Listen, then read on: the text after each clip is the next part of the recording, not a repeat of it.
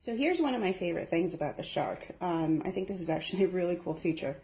You can actually take the handle off, and then you can obviously put your attachments on here and all that fun stuff. But if you take it off, let's see if it does it this way. Okay, so not this way. But if you take the whole wand off and you power it on,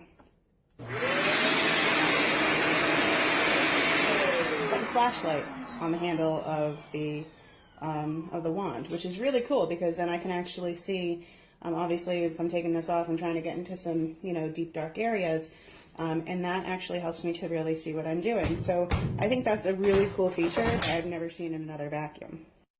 So after running the vacuum on hardwood floors and using that hardwood floor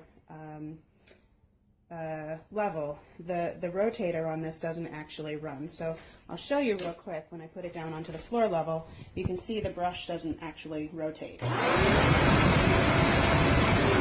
So with that, if I'm going over big piles of fluff, fur balls and all that, I find that a lot of the stuff gets stuck to the rotator. So what I like to do after I've actually run it over the hardwood floor is I just like to take this and I put it back to the high profile, the high level for the carpeting, and I just run it real quick. Tip it back so that the rotator will actually go. And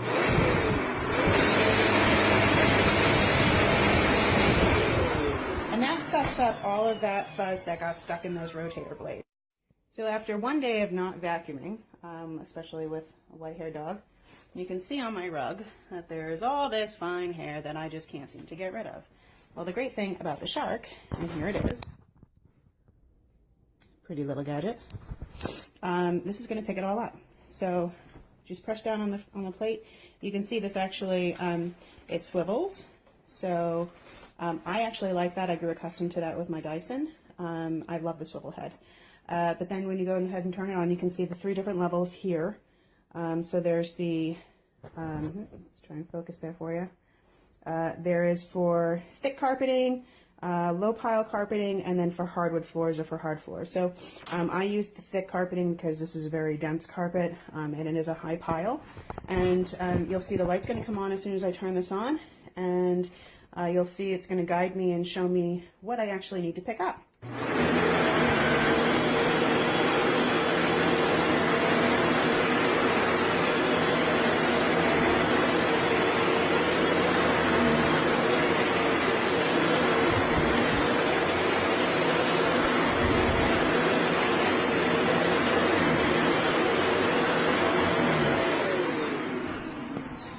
You can see all that fine hair.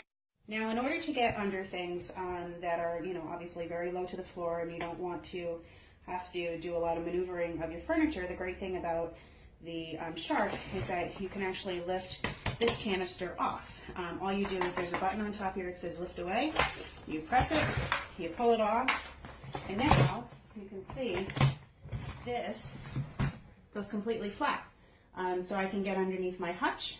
This actually, well, yeah, it's a little bit heavy, but I mean, you kind of got to expect it to be, since it is the whole mechanism for the vacuum itself. But you can see that I'm able to get the vacuum itself very low, which means all that dog hair that hides underneath my hutch is now going to be going away. And just to put that on, as you can see, just as simple as that.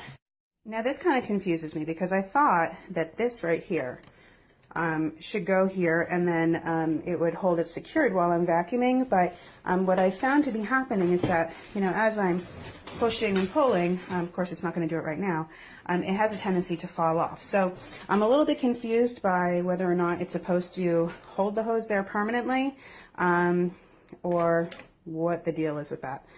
So on the back, you can see that there are 2 spots for putting the attachments.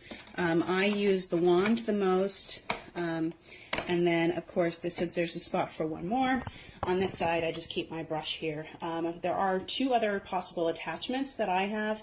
Unfortunately, there's no place on the vacuum itself that I can put them, so the likelihood of me using them is actually very slim, mainly because I'm just going to forget about them since they're now put into a closet. So another one of the downfalls is that the vacuum doesn't really move as quickly as it needs to when I'm using the wand attachment. Of course, I don't have it on right now, but the vacuum itself, because it's so heavy weighted in the front, unfortunately it's not even balanced and it has a tendency to fall over. Now with the cord being so long and obviously using the wand, it does tend to get tangled in it, and again it does get, it does fall over. So